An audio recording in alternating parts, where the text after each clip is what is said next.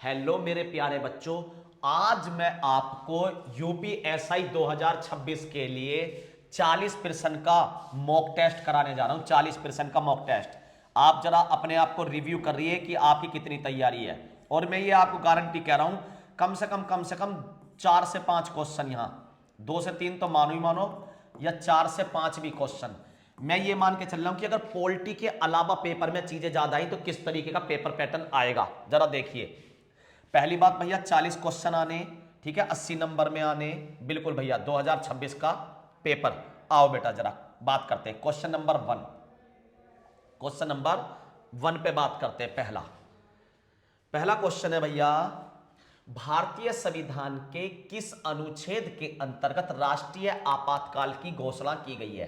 राष्ट्रीय आपातकाल। तो पहली बात भैया, संविधान में मैंने बताया था आपको कितने भाग हैं, यानी कि कितने चैप्टर हैं। तो भैया आपने बताया था 22 या 25। संख्या में कितने बैठते हैं? 25। वैसे हैं कितने? 22 चैप्टर। लेकिन अगर जैसे 4 का कै और 9 का कै और 14 का कै, ये 3 बढ़ जाते हैं 22 चैप्टर में, तो संख्या में गिनती में आते हैं 25।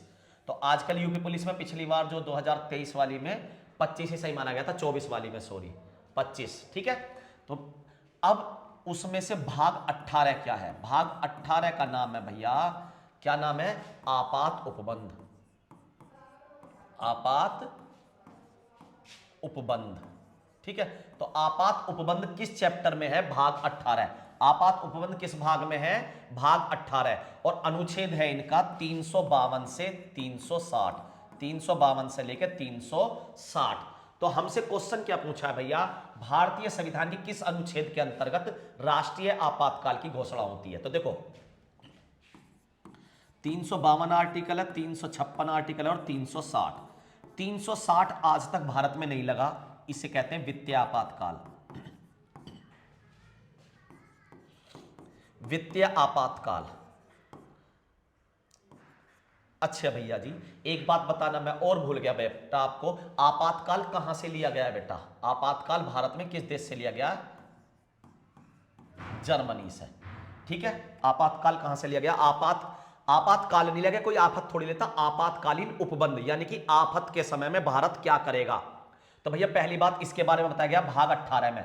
संविधान के 22 भाग में से 18वें भाग में बताया गया आपात उपबंध, कि आपात के समय भारत क्या करेगा। कौन कौन से आर्टिकल में? ये 352 में, 356, 360, 3 आर्टिकल में इसके बारे में बताया गया है।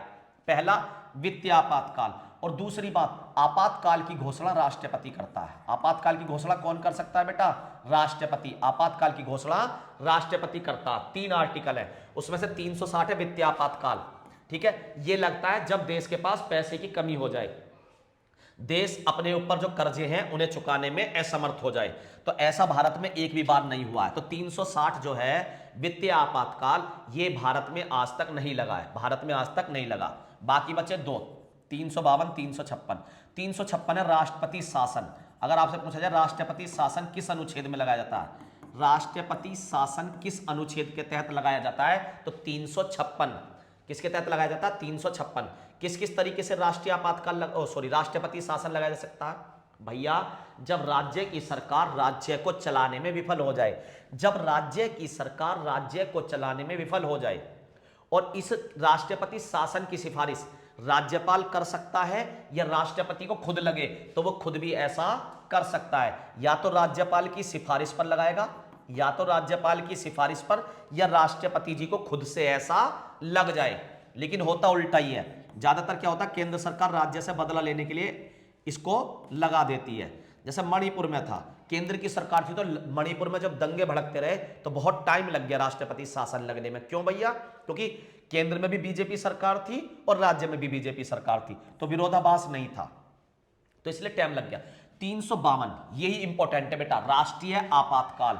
इसे बाह्य आपातकाल भी कहते हैं, बाह्य आपातकाल। मतलब ज्यादातर ये कब लगता है भैया? ज्यादातर ये लगता है जब कोई दूसरा देश हमारे ऊपर हमला कर दे, जब कोई दूसरा देश हमारे ऊपर हमला कर दे, ठीक है। लेकिन भैया इसे राष्ट्रीय अशांति के लिए भी लगाया जा सकता है। तो राष्ट्रीय आपातकाल 352 के तहत लगता है। कौन से अनुच्छेद के तहत? 352 के तहत लगता है भैया, ठीक है। अच्छा जी, इसे बाह्य आपातकाल भी कह सकते हैं, बाह्य आपातकाल, लेकिन आंतरिक अशांति के कारण भी इसे कह सकते हैं आंतरिक अशांति।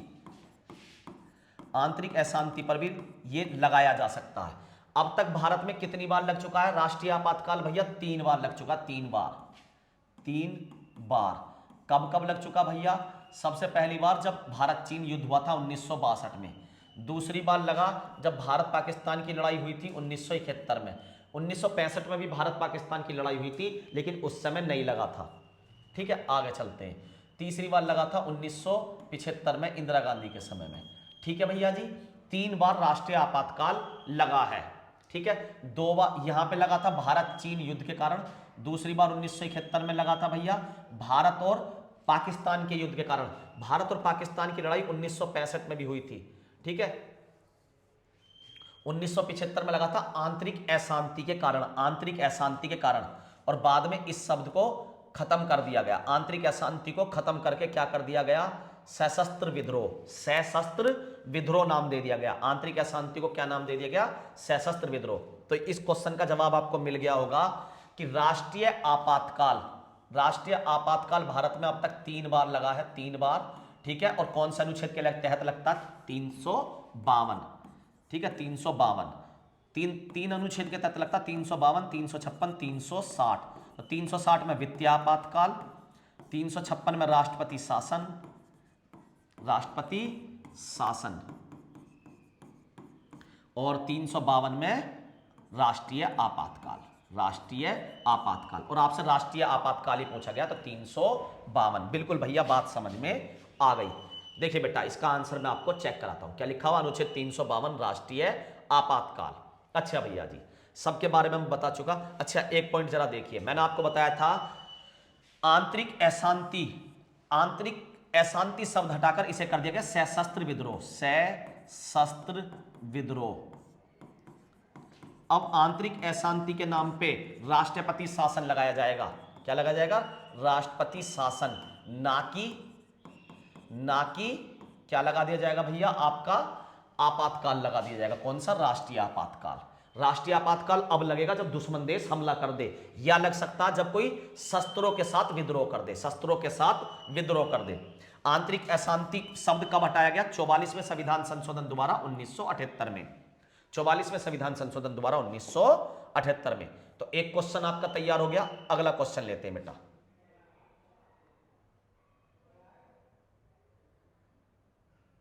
आइए, ठीक है, क्वेश्चन नंबर 2। अकबर ने फतेहपुर सीकरी को अपनी राजधानी किस वर्ष बनाया? ठीक है, तो देखिए जरा बेटा, अकबर ने किसको बनाया था राजधानी अपनी? फतेहपुर सीकरी को।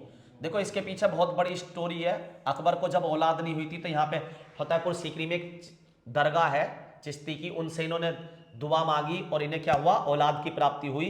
तो उसके बाद इनका लगाव इधर की तरफ विशेष लगाव हो गया था। ठीक है, तो यहाँ पे क्वेश्चन बेटा आपसे ये पूछा गया है कि फतेहपुर सीकरी को अपनी राजधानी कब माना? तो 1571 में। कब मांगा भैया? 1571 में।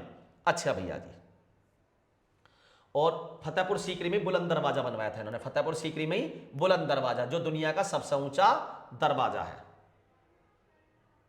ठीक है, अच्छा जी, नेक्स्ट क्वेश्चन है बेटा, उत्तर प्रदेश की सबसे लंबी नदी बताओ। बढ़िया क्वेश्चन है बेटा, उत्तर प्रदेश की सबसे लंबी नदी बताइए। तो भैया, उत्तर प्रदेश की भी सबसे लंबी नदी गंगा है। भारत की सबसे लंबी नदी, भारत की सबसे लंबी नदी भी भैया गंगा। और उत्तर प्रदेश की भी सबसे बड़ी, यूपी की भी सबसे बड़ी नदी है गंगा। अच्छा, यूपी की दूसरी सबसे बड़ी नदी बताओ। दूसरी, यूपी की दूसरी सबसे बड़ी नदी, दूसरी सबसे बड़ी नदी। अरे भैया, पहले पहली तो याद करवा दो। पहली हो गई गंगा, पहली हो गई गंगा, पहली हो गई गंगा भैया। ठीक है, और गंगा की सबसे बड़ी सहायक नदी कौन सी है? यमुना। ठीक है, तो आपसे पूछा जाए उत्तर प्रदेश की सबसे बड़ी सहायक नदी कौन सी होगी? यमुना।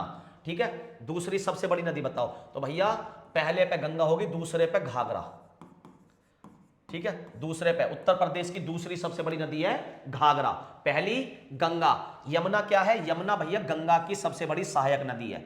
ठीक है, और यूपी की भी सबसे बड़ी सहायक नदी पूछ ले तो आपसे यमुना। ठीक है, और यूपी की दूसरी सबसे बड़ी नदी पूछ ले तो घाघरा। ठीक है, देखिए जरा, गंगा नदी यूपी में लगभग 1140 किलोमीटर तक बहती है। तो आपका क्वेश्चन मैच कर गया होगा। ठीक है बेटा, ठीक है। आइए जरा, भारतीय दंड संहिता आईपीसी, भारतीय दंड संहिता आईपीसी किस धारा के तहत हत्या का प्रावधान है? हत्या का प्रावधान, तो हत्या किसके तहत? 302। ठीक है, हत्या की सजा का प्रावधान जो है वो 302 में है। अच्छा भैया, आईपीसी तो अब खत्म हो गई, बिल्कुल भैया, आईपीसी अब हो गई बंद। आईपीसी की जगह अब क्या चल गया? बीएनएस 2023। 2023 लागू कब से हुआ? ये 2024 से। ठीक है, बीएनएस, लेकिन आया इसे किस नाम से जाना था? बीएनएस 2023। किसकी जगह लिए इसने? आईपीसी। आईपीसी में कितनी धारा थी भैया? आईपीसी में धारा थी 511। बीएनएस नया कानून आया है, इसमें कितनी धारा भैया? 358। कितनी धारा है? 358।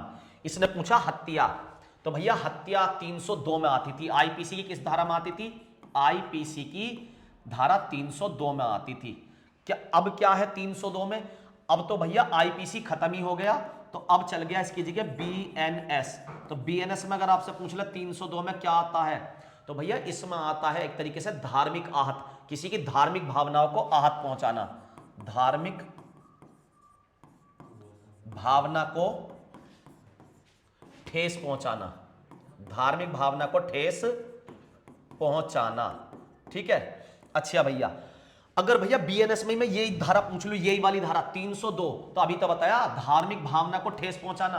अरे भैया आप समझे नहीं मैं क्या कहना चाह रहा हूं, तो समझाओ ना मेरे प्यारे बच्चों, क्या पूछना चाह रहे हो आप? भैया हम पूछना चाह रहे हैं, अगर ये हत्या वाला क्वेश्चन बीएनएस में पूछ ले तो किसमें होगा?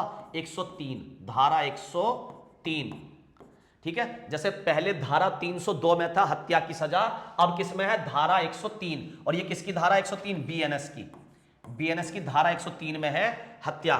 ठीक है, अच्छा भैया जी, आप ये कहना चाह रहे हो कि आईपीसी में 511 धारा थी और बीएनएस ने आईपीसी की जगह ले ली। हाँ भैया, अब बहुत कम चांस है कि आईपीसी से क्वेश्चन पूछा जाए। 99% चांस है बेटा आपसे बीएनएस से क्वेश्चन पूछा जाएगा। आईपीसी से अगर आपको अटकाना ही है, मैं ऐसा इसलिए कह रहा हूं, हम 358 धारा याद कर ले वही बहुत बड़ा है अपने लिए। आपको ये भी याद करनी पड़े, ये भी याद करनी पड़े, तो मतलब पेपर में अटकाने वाली बात है ये। तो इससे तो फिर मैं आपसे कहूंगा आप जीएस पढ़ो ही ना, इससे तो बढ़िया आप हिंदी, रीजनिंग, मैथ तीनों पे ज्यादा फोकस कर लो, और इसमें केवल पढ़ लो पॉलिटी, इसमें केवल पढ़ लो पॉलिटी, और साथ में हिस्ट्री और ज्योग्राफी बेटा। ठीक है, लगभग आप ये समझ के चलो। भैया आप कैसी बात कर रहे हो, हमें तो यही बताया गया कि पॉलिटी ज्यादा आएगी। नहीं बेटा, ठीक है, पॉलिटी लगभग आएंगे 12, 13, 15 क्वेश्चन, मैं 15 मान लेता हूं मैक्सिमम, लेकिन 6 से 7 क्वेश्चन हिस्ट्री और 6 से 7 क्वेश्चन ज्योग्राफी के भी जरूर आएंगे।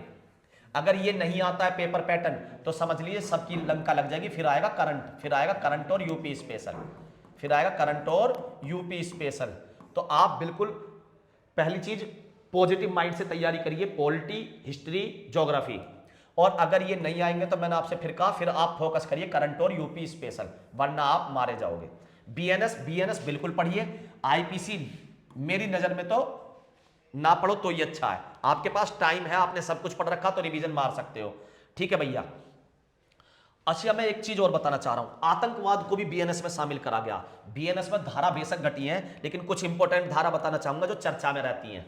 देखो बेटा, 2 धाराओं के बारे में, 302 इसमें मैंने बताया और किस तरीके से ये भी बता दिया। ठीक है, 302 की जगह अगर बीएनएस में पूछे यही चीज 103 में, बीएनएस में यही चीज 103 में है। तो भैया अगली चीज बताता हूं मैं आपको, कुछ इंपॉर्टेंट चीजों के बारे में बताता हूं। देखो भैया, भैया जी धारा 113,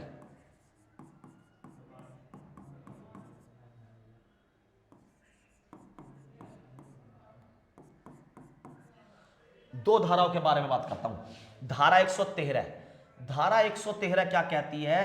धारा 113 कहती है आतंकवादी कृत्य,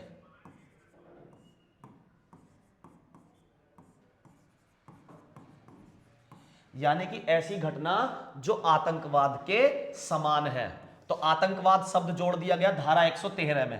ठीक है, जो नई चीजें जोड़ी गई हैं, और उस इतना ही इंपॉर्टेंट जितना आतंकवाद, जो नई चीजें हैं वो ज्यादा पूछी जा सकती है। तो धारा 113 वेरी इंपॉर्टेंट है। ऐसी धारा 117 है, आजकल जो समाज में हो रहा क्या भैया, भीड़ किसी को भी पीट देती है। ठीक है, जैसे किसी ने आपने आपको क्या कहा, किसी ने क्या कहा, मैं गोरक्षक दल से हूं, गोरक्षक दल से हूं। और गोरक्षक के नाम पे उसने क्या करा, सड़क पर जाकर जो भी ट्रक जा रहे सबकी तोड़फोड़ करने लगा, चेकिंग करने लगे। भैया तुम क्या पुलिस बन गए, क्या ये आपको अधिकार है? तो 117 क्या कहता है, मॉब लिंचिंग, यानी कि भीड़ द्वारा किसी को पीटना, ये मॉब लिंचिंग में आता, धारा 117। या इसे दूसरे वर्ड में कह सकते हो मॉब लिंचिंग। ठीक है, तो ये कौन सी धारा में, 117। ठीक है, 117। और जो आपकी ये वाला क्वेश्चन है इसका जवाब हो गया 302। ठीक है, तो धारा 113 नई धारा है, आतंकवाद कृत्य को जोड़ा गया, और 117 ये भी नई धारा है जो आपकी आईपीसी में नहीं थी, भीड़ द्वारा किसी को पीटना या मॉब लिंचिंग करना। बिल्कुल भैया, ये भी हम याद रखेंगे। अच्छा जी, आगे चलते हैं भैया जी। बिल्कुल, देखो एक वर्ड में यहां आपको पढ़ के सुनाना चाहूंगा। ये तो मैंने आपको बता दिया, धारा 302 की जगह कौन सी हो गई, 103। अगर ये किस में कहें, बीएनएस में। बिल्कुल भैया, याद हो गया। लेकिन मैं पढ़ना चाहूंगा, आईपीसी 1860 को 1 जनवरी 1962 से लागू किया गया था। आईपीसी कब से चली आ रही थी, यानी कि 1860 में बनी, लेकिन लागू कब हुई थी भारत में? आईपीसी भैया 1860 में बनी थी, लेकिन लागू हुई थी 1862 जनवरी, 1 जनवरी 1862। और वो कब तक चली, 2003, जब तक क्या हो गया, 2003 में बीएनएस बनी, 2003 में बीएनएस बनी भैया जी। बिल्कुल भैया, समझ में आ गया, ये खत्म हो गई और बीएनएस लागू हो गई। बहुत बढ़िया भैया जी, आगे चलते हैं। उत्तर प्रदेश में 1 डिस्ट्रिक्ट 1 प्रोडक्ट, ठीक है, 1 डिस्ट्रिक्ट 1 प्रोडक्ट, ओडीओपी कहते हैं इसे। ठीक है, ये योजना चली थी बेटा, सन पूछा है 2018 में। ये योजना कब चली, 2018 में। और ये योजना इतनी बढ़िया लगी कि इसे केंद्र सरकार ने भी 2020 में अपनाया।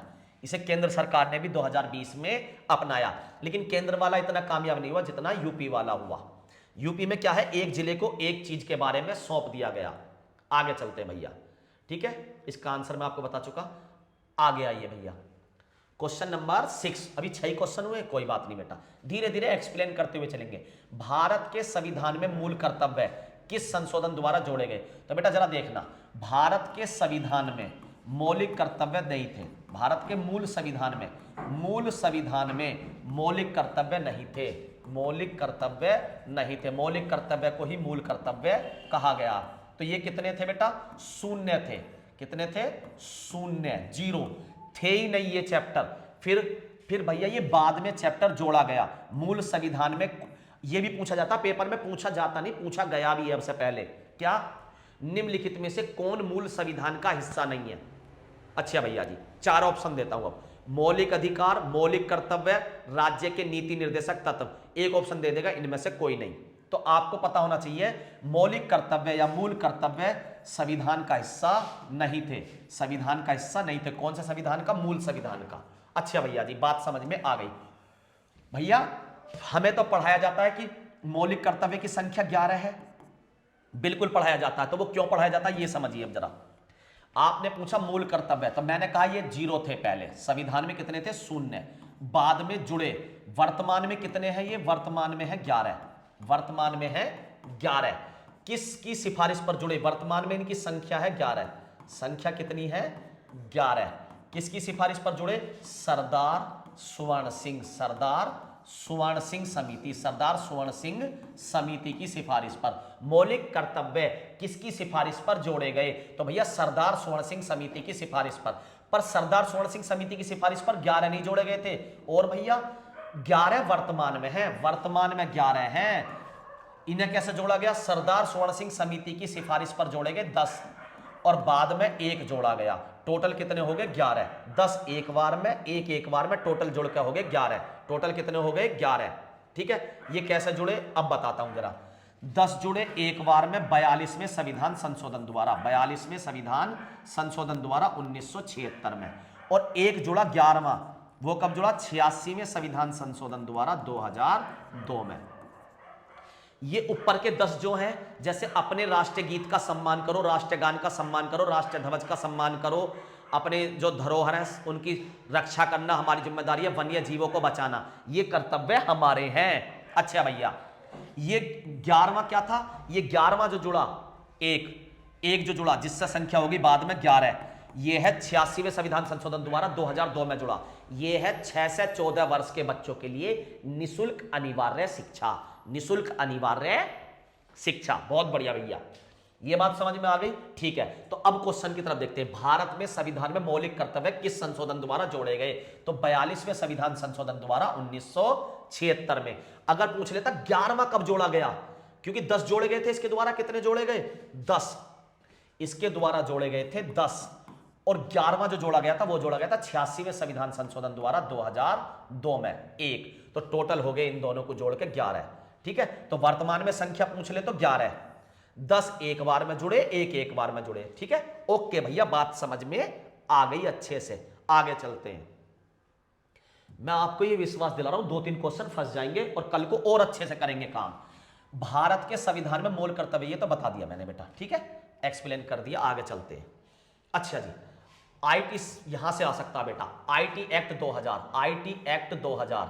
देखो बेटा, भारत में ऑनलाइन को बढ़ावा देने के लिए क्या करना पड़ा? ये एक्ट लाना पड़ा। क्यों भैया? अगर ये एक्ट नहीं लाएंगे तो जो ऑनलाइन धोखाधड़ी होगी उसे कैसे रोकोगे? तो उसी को रोकने के लिए ये एक्ट लाया गया 2000 में। ठीक है, आईटी इंफॉर्मेशन जो एक्ट लाया गया, ठीक है, यानी कि साइबर क्राइम को रोकने के लिए, साइबर क्राइम को रोकने के लिए ये एक्ट लाया गया। ठीक है भैया जी। अच्छा, एक बात आपको ध्यान रखनी पड़ेगी, इसमें कितने अध्याय हैं? अध्याय मतलब चैप्टर भैया, 13 अध्याय हैं इसमें। किसमें? आईटी एक्ट में। अच्छा भैया जी, अनुसूची कितनी है? अनुसूची है 4 भैया। अनुसूची कितनी है? 4। ठीक है, इस एक्ट में ये सीधा सीधा पूछ लेगा आईटी एक्ट में कितने चैप्टर है? 13। कितने अध्याय हैं? 13। अनुसूची कितनी है? 4। और पूछ लेगा धारा कितनी है? धारा है 94। धारा कितनी है? 94। सीधा क्वेश्चन आ सकता है बेटा, कुछ भी ना पूछ के सीधा पूछ रहा है अध्याय कितने हैं, अनुसूची कितनी है, या धारा कितनी है। ठीक है भैया, आगे चलते हैं। इसने तो इनमें से कुछ भी नहीं पूछा, ये पूछ रहा भारत में साइबर अपराधों की जांच हेतु आईटी एक्ट 2000 किस धारा में कंप्यूटर से संबंधित धोखाधड़ी का प्रावधान किया गया? अच्छा, धोखाधड़ी, तो देखो बेटा, धोखाधड़ी की बात करते हैं 66 के डी में। ठीक है, इसे कहते हैं हम, तुमने हर किसी ने ये वर्ड सुन रखा होगा, ऑनलाइन फ्रॉड। ऑनलाइन फ्रॉड हो गया हमारे साथ, ऑनलाइन फ्रॉड। तो ऑनलाइन धोखाधड़ी जो है यहां पे इस्तेमाल कर रखा है इसने, धोखाधड़ी। तो ऑनलाइन धोखाधड़ी समझ में आ गया भैया? ऑनलाइन धोखाधड़ी है 66 के डी में, 66 के डी में। अच्छा भैया, तो धारा 66 में क्या है? धारा 66 में कंप्यूटर हैक। इसके ऊपर मैं आपको आईटी पे अलग से वीडियो बना के दूंगा बेटा, यहां से एक क्वेश्चन आ सकता, अलग से वीडियो बना दूंगा। कंप्यूटर हैक करना कौन से में? 66। धारा 43, ये भी वेरी इंपॉर्टेंट है, किसी की अनुमति के बिना, किसी की अनुमति के बिना, अनुमति के बिना उसके कंप्यूटर, उसके कंप्यूटर या नेटवर्क भैया, नेटवर्क कैसा होता है बिल्कुल बता रहा हूं, कंप्यूटर या नेटवर्क का को एक्सेस करना, एक्सेस करना मतलब भैया आपने किसी की बिगर परमिशन के उसका कंप्यूटर खोल दिया, तो ये बात गलत है सही है? पता नहीं उस कंप्यूटर में उसने क्या डाल रखा हो, है जी, उसने अपने पैसों का पासवर्ड डाल रखा, क्या चीज डाल रखी है, या आप उसका नेटवर्क इस्तेमाल कर रहे हो, मतलब किसी ने अपने घर में नेट लगाया, आप उसके नेट को अपने फोन से अटैच करके अपना मोबाइल चला रहे हो और तुमने कोई अपराध कर दिया, तो फंसेगा कौन? फंसेगा वो व्यक्ति जिसका एक्सेस तुमने कर लिया। तो अगर उसने शिकायत कर दी जी कोई व्यक्ति मेरे कंप्यूटर को एक्सेस कर रहा है या मेरे नेटवर्क को एक्सेस कर रहा है, तो ये भी अपराध है। ठीक है, धारा 43। लेकिन उसने क्या पूछा? फ्रॉड के बारे में, कंप्यूटर से संबंधित धोखाधड़ी। तो धोखाधड़ी मैंने बताया किस में आती है? 66 के डी में। धोखाधड़ी किस में आती है? 66 के डी में। ठीक है बेटा, इसके ऊपर एक आपको स्पेशल वीडियो भी मिलेगी। आगे चलते हैं, धारा 66 डी। ओके, इसरो का पूर्ण रूप क्या है? इसरो भैया, इसरो है क्या? पहले तो यू बताओ भैया, चलो पहले फुल फॉर्म ही सीख लेते, बाद में बताएंगे इसरो क्या है। तो इसरो की फुल फॉर्म है इंडियन स्पेस रिसर्च ऑर्गेनाइजेशन। आगे आप देख लेना, ठीक है, फुल फॉर्म अपने आप कर लेना। तो देखो जरा, इंडियन स्पेस रिसर्च ऑर्गेनाइजेशन, यही ऑप्शन हो गया। इंडियन साइंटिफिक रिसर्च गलत, Indian satellite, Indian space research organisation, international नहीं, इंटरनेशनल से क्या मतलब हमारी इंडिया की है। अच्छा यहाँ पे एक बात और मैं समझाना चाहूंगा, इसका काम जो है इसरो का वो सैटेलाइट छोड़ना ही है। इसका मेन काम जो है वो है अंतरिक्ष में सैटेलाइट छोड़ना, भारत के लिए जो है दुनिया में मजबूती देना सैटेलाइट क्षेत्र में। ठीक है भैया जी, ये इसका काम हो गया। लेकिन फुल फॉर्म पूछी थी तो मैंने बता दिया, फुल फॉर्म ये हो गई। अच्छा मैं यहाँ पे 2-3 क्वेश्चनों पे और बात करना चाह रहा हूं। इसरो की स्थापना, इसरो की स्थापना, तो जिस दिन हमारा देश आजाद हुआ उस दिन इसकी हुई स्थापना, 15 अगस्त। 15 अगस्त को देश आजाद हुआ, 15 अगस्त को हुई इसकी स्थापना। भैया सन तो बताओ, 1969, 1969, 15 अगस्त 1969 को इसकी क्या हुई, स्थापना हुई। इसका मुख्यालय कहां पे है, मुख्यालय, ये भी वैसे ऐसा टॉपिक है इसरो, इस पे भी मैंने आपको वीडियो बनाई हुई है, आप उसे देख सकते हैं, या मैं एक नई वीडियो बना के अभी डालूंगा इस पे, ठीक है, जिसमें इसके नए मिशन भी लूंगा। मुख्यालय भैया इसका है बेंगलोर में, बेंगलुरु। अच्छा भैया जी, बेंगलुरु कहां पे है, कर्नाटक में। ठीक है, ठीक है भैया। इसरो, तो इसरो के बारे में भी आपको पढ़ना है, इसरो के बारे में आपको पढ़ना है। ध्यान रखना बेटा, जिस टॉपिक को मैं टच कर रहा हूं इन 2-3 दिन में टच करूंगा, आपने अगर मेरा कहना मान लिया तो ये याद रखना बेटा, आपका पेपर जीएस में फेल नहीं होगे। ऐसा ही मैं वीडियो बनाने जाऊंगा आपकी हिंदी में, ठीक है। उन टॉपिकों को जरूर पढ़ना जिन्हें मैं टच करूं, ठीक है। महाजनपद काल में उत्तर प्रदेश के क्षेत्र में वात्स्य महाजनपद, वत्स महाजनपद, तो वत्स कहां पे भैया, कौशाम्बी में, कौशाम्बी, तो इसका ऑप्शन ए हो गया सही, कौशाम्बी। ठीक है बेटा, और कौशाम्बी कहां पे है बेटा, ये है भैया वाराणसी के पास या प्रयागराज के पास, दोनों के बीच में ही मान लो, क्या फतागी, तो इसका हो गया कौशाम्बी। क्या हो गया इसका, अच्छा 16 महाजनपद थे उस समय देश में, कितने थे, 16 महाजनपद, 16 महाजनपद थे। उत्तर प्रदेश के द्वारा, देखो जरा इस पे बात करते हैं, उत्तर प्रदेश सरकार द्वारा 2025 में घोषित महाकुंभ 2025 का आयोजन किस नगर में हुआ, तो सबको पता प्रयागराज में हुआ, प्रयागराज में, ये कोई बड़ी बात नहीं है। ठीक है, कहां प्रयागराज, ढूंढो जरा, सी ऑप्शन हो गया। ठीक है, इसके साथ चलो, ये क्वेश्चन आपने रख दिया क्योंकि ये बहुत चर्चा में रहा था, तो आ सकता है पेपर में। मैं इसके साथ कुछ चीजें और जोड़ना चाहता हूं। यह यूपी का सबसे बड़ा, यूपी का सबसे बड़ा मेला है, यूपी का सबसे बड़ा मेला। अरे भैया तुम कैसी बात कर रहे हो, ये यूपी का सबसे बड़ा मेला छोड़ो, ये दुनिया का सबसे बड़ा, दुनिया का सबसे बड़ा वो है। अच्छा भैया जी, दुनिया छोड़ो, आप मुझे ये बताओ यूपी का दूसरा सबसे बड़ा मेला, यूपी का दूसरा सबसे बड़ा मेला, यूपी का दूसरा सबसे बड़ा मेला बताओ, तो बेटा ये है नौचंदी मेला। कौन सा है, नौचंदी मेला, नौचंदी मेला। कहां लगता है बेटा नौचंदी मेला, मेरठ में। कहां लगता है, मेरठ में। ठीक है, अच्छा बेटा एक क्वेश्चन देता हूं, तुम्हारा दिमाग यहीं चेक हो जाएगा। नौचंडी मेला, ये तो है नौचंदी, नौचंडी मेला कहां लगता है, ये भी यूपी का ही है। आप इसे कमेंट करके मुझे बताएंगे, तुम्हारा दिमाग भी तो जगना चाहिए। आगे चलते हैं, क्वेश्चन बेटा, भारत के सर्वोच्च न्यायालय में न्यायाधीशों की, ठीक है, एआई बेटा अपने तरीके से लिखता, तो इन पर लिखने पर थोड़ा मत जाना, मैं सब चीजों को एक्सप्लेन कर रहा हूं। ये एआई से बना हुआ है तो थोड़ा सा ऐसा ही रहेगा। ठीक है, अधिकतम संख्या किसमें, सुप्रीम कोर्ट में। तो बेटा आपको ध्यान रखना, सुप्रीम कोर्ट में टोटल 34 जज हैं, एक मुख्य और 33 अन्य, 33 अन्य, तो टोटल जज कितने हो गए, 34। अच्छा मैं आपसे एक बात पूछूं, सुप्रीम कोर्ट का गठन तो कहां पे 34, इसका ऑप्शन हो गया सी। सुप्रीम कोर्ट का गठन, सुप्रीम कोर्ट का गठन किस अनुच्छेद में, सुप्रीम कोर्ट का गठन किस अनुच्छेद में है, किस अनुच्छेद में है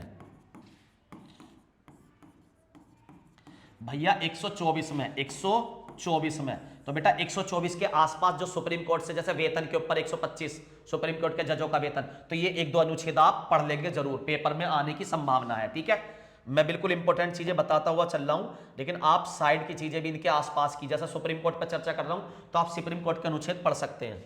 जैसे अनुच्छेद 143 क्या है, सर्वोच्च न्यायालय का राष्ट्रपति को सलाह देने की शक्ति, या राष्ट्रपति की सर्वोच्च न्यायालय से सलाह लेने की शक्ति। तो ऐसे अनुच्छेद भी आप पढ़ते चलेंगे। आगे चलते हैं बेटा, नेक्स्ट क्वेश्चन। उत्तर प्रदेश भारत में सर्वाधिक उत्पादन करने वाला राज्य है। उत्तर प्रदेश में तो बहुत सारी चीजों का उत्पादन होता, जैसे भैया दूध का, अच्छा भैया दूसरी चीज गेहूं का,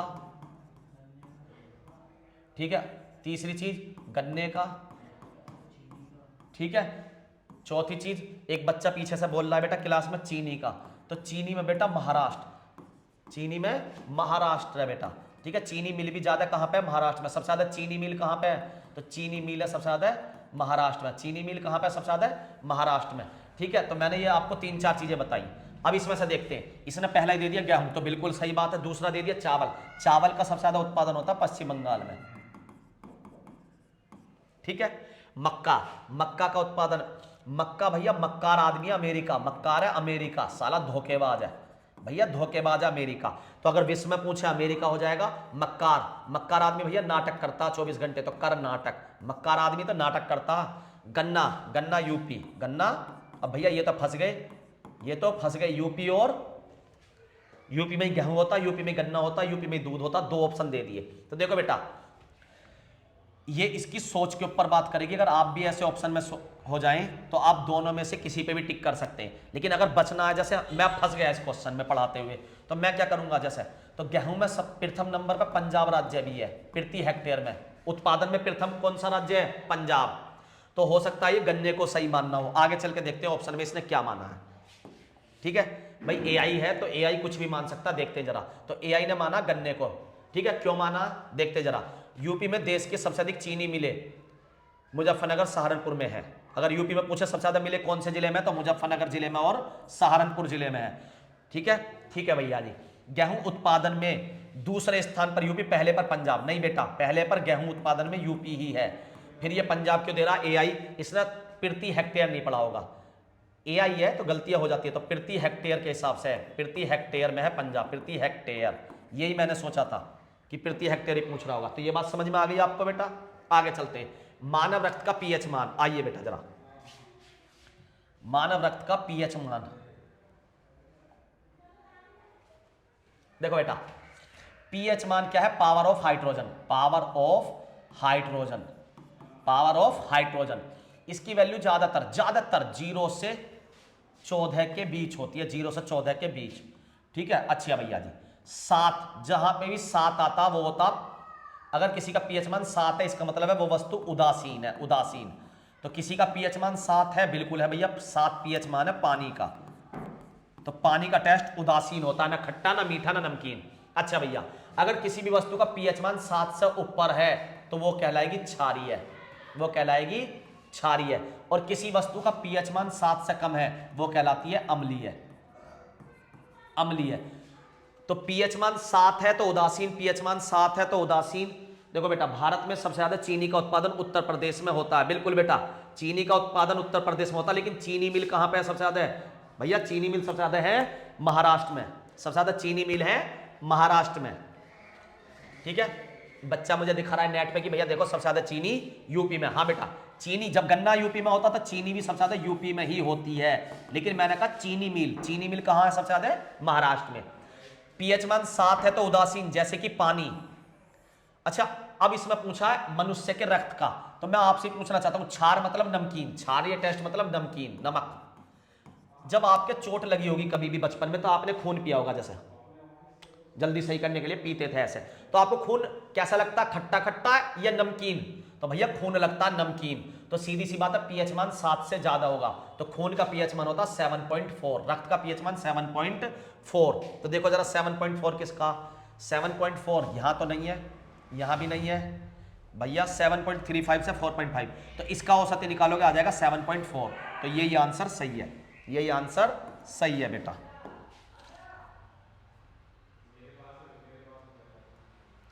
(1857) की क्रांति में लखनऊ ब्रिटिश रेजिमेंट की घेराबंदी का नेतृत्व किसने किया? लखनऊ में 1857 क्रांति जो हुई उसे लखनऊ में किसने संभाला? अरे क्या हुआ भाई? तो भैया लखनऊ अभी बताते हैं, लो चल गया मारकर, ठीक है। लखनऊ में तो भैया लखनऊ की हमारी बेगम है, बेगम हमारी कहां की है, लखनऊ की। बेगम हमारी कहां की है, लखनऊ की। तो बेगम हजरत महल, बेगम हजरत महल ने समाना किसमें, लखनऊ में। अच्छा भैया जी, नाना साहेब पेशवा, नाना हमारे कानपुर के, नाना हमारे कानपुर के, नाना हमारे कानपुर के। बेगम हमारी है लखनऊ की, बेगम कहां की है, लखनऊ की। उन्होंने लखनऊ पूछा तो लखनऊ का क्या हो गया, बेगम, लखनऊ। अच्छा जी, तात्या टोपे, तात्या टोपे भी शायद नाना साहब के साथ और कई इधर की तरफ साथ रहे थे। मंगल पांडे, ये नाम बहुत आया था भैया 1857 क्रांति पे। इनके बारे में बताओ थोड़ा सा, चलो बताते हैं जी। ये ही एक तरीके से मानो 1857 की क्रांति के सूत्रपात कह सकते हो इन्हें, इनकी वजह से सारा काम हुआ, सूत्रपात कह दो। क्यों हुआ भैया जी, अभी बताता हूं। ये क्वेश्चन लोअर पीसीएस में आया हुआ, यूपी लोअर पीसीएस में, ठीक है, जरा ध्यान से पढ़ना। कौन सा भैया, जो विवाद था उसका मेन कारण था, जो आज आप बुलेट चलाते हो ना, बुलेट इनफील्ड, हाँ भैया इनफील्ड चलाते हैं बुलेट, बुलेट इनफील्ड, उस कंपनी की राइफल थी, उस कंपनी ने अपनी बुलेट बनाई थी, यानी कि गोली उस राइफल के लिए, और उन गोली पर लगी थी सूअर की चर्बी, सूअर की चर्बी। और इसी पर ही विवाद यह था कि गाय की चर्बी, गाय की चर्बी। तो अब सूअर से तो मुस्लिम धर्म को परहेज है और गाय से हिंदू धर्म को परहेज है, और इसमें जो ब्राह्मण समाज से थे वो मांस खाने का परहेज करते थे, तो उन्हें दोनों ही चीजों से परहेज है। तो मंगल पांडे जाति से ब्राह्मण थे। यहां मैं किसी की जाति का बखान करने के लिए नहीं कह रहा, लेकिन आप समझो जरा सिचुएशन को। इन्होंने आवाज उठाई पहली बार कि यार इसमें तो गाय की चर्बी है, सूअर की चर्बी है। अब इससे क्या हुआ, जो मुस्लिम वाले थे वो तो मांस मीट मच्छी खा लेते, लेकिन उन्हें दिक्कत क्या थी, सूअर की चर्बी से।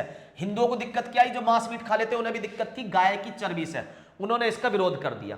नहीं भैया, पहला विरोध मंगल पांडे नहीं करा, ठीक है। अब ये मंगल पांडे कहां के हैं भैया, बैरकपुर से, बैरकपुर छावनी थी इनकी। अच्छा भैया, अब बैरकपुर छावनी कहां पे, पश्चिम बंगाल में, ठीक है। लोग बाग इसे पढ़ते हैं मेरठ, भैया गलत जवाब है मेरठ। बहुत बिल्कुल क्लियर एक्सप्लेन करूंगा अच्छे से, ठीक है। बहुत से लोग बात क्या कहते हैं 1857 क्रांति का जन्म मेरठ में हुआ, बिल्कुल मैं आपकी बात से सहमत हूं, बिल्कुल 1857 क्रांति मेरठ से हुआ। लेकिन चिंगारी कहां लगी जरा समझना, बैरकपुर छावनी में, पश्चिम बंगाल में यह छावनी है। मंगल पांडे ने वहां पे इसके खिलाफ विद्रोह कर दिया, मंगल पांडे ने। बैरकपुर छावनी के थे वो, बैरकपुर छावनी आप पढ़ोगे तो, जब भाई मेरी बात गलत लगे पढ़ के सर्च मारना, क्योंकि आप मेरठ ही पढ़ते आ रहे हो बेटा, तो मेरी गलती नहीं है, आप गलत पढ़ते हुए आ रहे हो। अब जरा समझना जरा इस बात को। मंगल पांडे को जब इन्होंने विद्रोह करा, लगभग मेरे हिसाब से 29 तारीख के आसपास, इनको 9 दिन बाद 8 अप्रैल के आसपास फांसी दे दी गई। अगर फांसी ना देते तो शायद इतनी, भाई उस टाइम फोन तो है ना जो यूं करके मंगल पांडे बता देते, हाँ जी सूअर की चर्बी है इसमें, गाय की चर्बी है, भाई फोन तो थे नहीं। तो भैया इन्हें जब फांसी दी गई तो ये फांसी वाली हवा एकदम आग की तरह फैल गई। मंगल पांडे को फांसी दे दी गई, क्यों दी गई, अब सब पूछेंगे भी क्यों फांसी दी, तो पता पड़ा भैया इन्होंने विरोध करा था, ये चर्बी वाले जो हैं। अच्छा जी, अब ये बात उड़ते उड़ते आ गई मेरठ।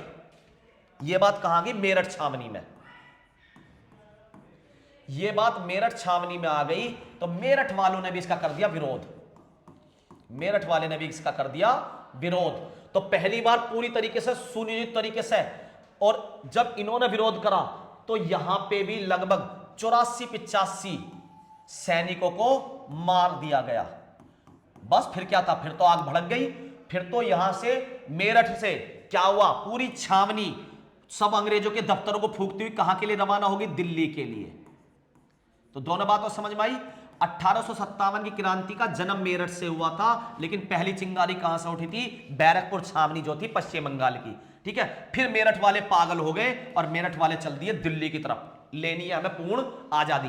तो मंगल पांडे, नाना साहेब और बेगम हजरत महल, इन्होंने भी उस समय सबने विरोध कर दिया अंग्रेजों का, ठीक है। ये फेल होने की वजह ये किसी दिन हिस्ट्री में पढ़ाएंगे, आगे चलेंगे, ठीक है। अभी फिलहाल हम चलते हैं उत्तर प्रदेश का एकमात्र टाइगर रिजर्व। तो बेटा आप यूपी स्पेशल के ऐसे क्वेश्चंस भी आपको आ सकते हैं। देखिए जरा, उत्तर प्रदेश का एकमात्र टाइगर रिजर्व, टाइगर रिजर्व, देखो दुधवा राष्ट्रीय उद्यान में भी टाइगर पाए जाते हैं, लेकिन वो कह रहा टाइगर रिजर्व क्षेत्र। तो टाइगर रिजर्व क्षेत्र किसको घोषित करा गया भैया?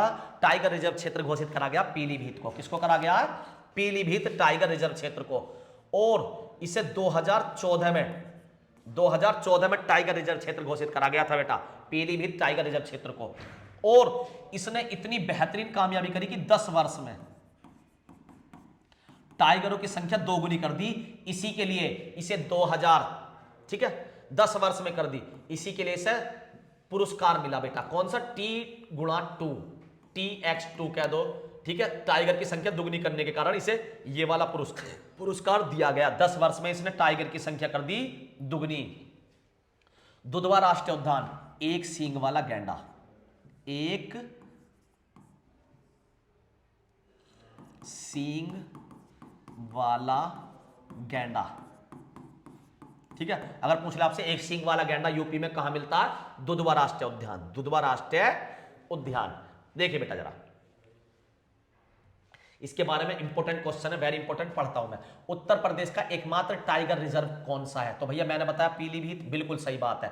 कब ये हुआ? 2014। तो ये देखो जरा, 2014 में ऑनलाइन ने भी बताया। पीलीभीत टाइगर रिजर्व यूपी का एकमात्र टाइगर रिजर्व क्षेत्र है। तो यूपी में केवल एक ही टाइगर रिजर्व क्षेत्र है, जिस कौन सा है? पीलीभीत टाइगर रिजर्व क्षेत्र। अच्छा भैया, दुधवा नेशनल पार्क, इसे भी टाइगर बाघ संरक्षित है, ठीक है। और मैंने बताया एक सींग वाला गैंडा भी मिलता है इसमें, एक सींग वाला गैंडा, एक सींग वाला गैंडा, एक सींग वाला गैंडा, ठीक है भैया जी। 2020 में टाइगरों की संख्या दुगनी करने के लिए से TX2 अवार्ड मिला, ठीक है। पिछले 10 वर्षों में यह संख्या को लगभग कर चुका है दुगनी। बहुत बढ़िया बेटा। तो पीलीभीत एकमात्र टाइगर रिजर्व क्षेत्र है। राज्यपाल की नियुक्ति किसके द्वारा की जाती है? तो राज्यपाल की नियुक्ति राष्ट्रपति के द्वारा की जाती है। किसके द्वारा? राष्ट्रपति के द्वारा। बाकी ऑप्शन पढ़ के देखते हैं। मुख्यमंत्री की सिफारिश पर राष्ट्रपति करता? नहीं। मुख्यमंत्री की सिफारिश पर राष्ट्रपति क्या कर सकता है? मुख्यमंत्री की सिफारिश पर राष्ट्रपति कुछ नहीं कर सकता, राज्यपाल कर सकता है। क्या कर सकता है राज्यपाल? बहुत कुछ कर सकता भैया। राज्यपाल क्या कर सकता? अभी बताता हूं लो राज्यपाल क्या क्या कर सकता। पहला, राज्य के जितने भी मंत्री है सबकी नियुक्ति करेगा। राज्य के जितने भी मंत्री हैं उनकी नियुक्ति मुख्यमंत्री की सिफारिश पर राज्यपाल करेगा। कौन करेगा? राज्यपाल करेगा, राज्यपाल। बिल्कुल भैया, बात समझ में आ गई। तो ए ऑप्शन तो गलत हो गया, बिल्कुल भैया। प्रधानमंत्री की सलाह पर राष्ट्रपति करेगा क्या? राज्यपाल की नियुक्ति, बिल्कुल भैया, ये वाली बात सही हो सकती है। तो मैं इसमें एक बात जोड़ता हूं, राष्ट्रपति करेगा पर प्रधानमंत्री की सलाह पर, प्रधानमंत्री की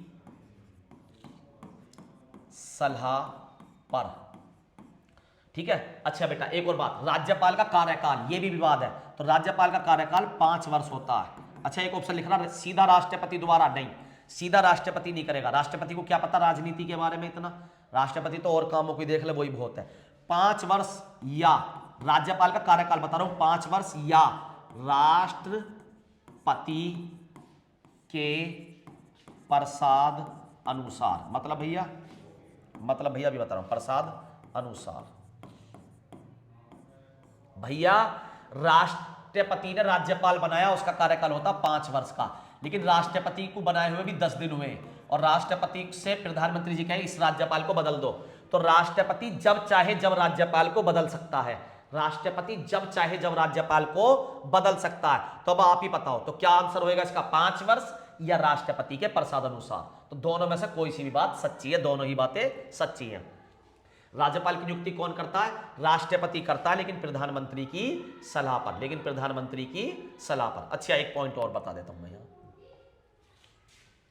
राज्यपाल का कार्यकाल दे रखा 5 वर्ष, तो मैंने अभी इसके बारे में डिटेल में बताया।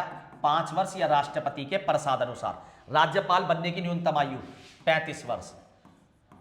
किसी के भी पीछे पति लिख रहा है, उसकी बनने की न्यूनतम आयु 35 वर्ष। किसी के पीछे मंत्री लिख रहा है, मंत्री, तो मंत्री बनने की न्यूनतम आयु है 25 वर्ष, ठीक है।